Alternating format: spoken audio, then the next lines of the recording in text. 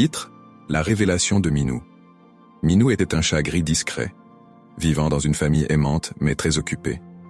Sa vie était rythmée par les croquettes du matin, les siestes l'après-midi et quelques caresses rapides en soirée. Pourtant, un jour, son comportement changea. Il devint apathique, dormait plus que d'habitude et refusait même ses croquettes préférées.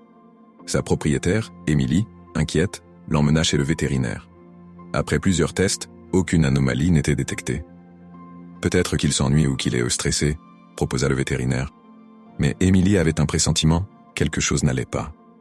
Un soir, en observant Minou, Émilie remarqua qu'il reniflait ses croquettes avec dédain avant de s'éloigner. Elle se mit à réfléchir.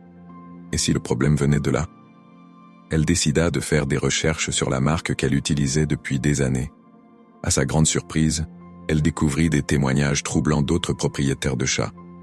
Les croquettes contiennent des additifs pour les rendre plus appétissantes, mais elles sont remplies de sous-produits douteux, lut-elle sur un forum.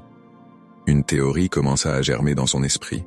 Et si ces grandes marques utilisaient des ingrédients qui, à long terme, rendèrent les chats malades pour les garder dépendants ? Convaincue qu'il fallait agir, Émilie décida de transformer l'alimentation de Minou. Elle opta pour une alimentation maison, avec des ingrédients frais et naturels. Au début, Minou était méfiant, mais après quelques jours, il commença à manger avec appétit. Et là, le changement fut spectaculaire. Minou retrouva son énergie, son pelage devint plus brillant, et il recommença à jouer comme un jeune chat. Un jour, en discutant avec une amie, Émilie partagea sa découverte. « Tu sais, j'ai l'impression qu'on est manipulé par ces grandes marques. Elles mettent des étiquettes rassurantes, mais en réalité, elles nous vendent des produits qui nuisent à nos animaux. » Son ami, sceptique, haussa les épaules. « Tu exagères. Ce sont juste des croquettes. » Mais Émilie savait qu'elle avait touché à une vérité plus profonde. Conclusion. L'histoire de Minou est celle d'une transformation rendue possible par une prise de conscience. Ce problème évitable, lié à des choix alimentaires, révèle un système où les intérêts financiers priment parfois sur la santé de nos compagnons.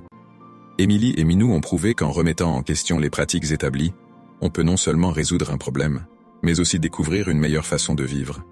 Et si le vrai complot c'était de nous faire oublier que nos chats méritent ce qu'il y a de plus naturel et sain ?